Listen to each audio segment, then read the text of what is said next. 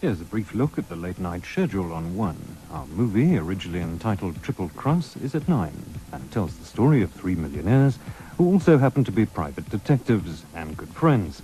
This is followed by the Houston Knights, also set in the realm of the detective, and just a reminder that both these programs are simulcast, with the original soundtracks on Radio 2000.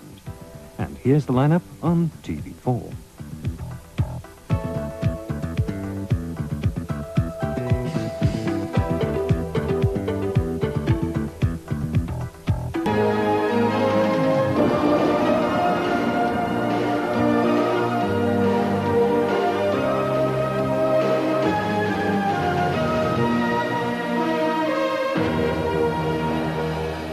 In die nuus vanaand, die Helderbergse kajuitstemopnemer opgespoor.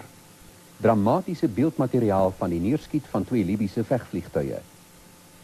Etlike slagoffers se toestand nog ernstig na 'n handgranaataanval aan die Oosrand. Die eerste beeldmateriaal van Suid-Afrika se pasgebore Siamese tweeling. Die jongste oor die bosbrande in Wes-Kaapland.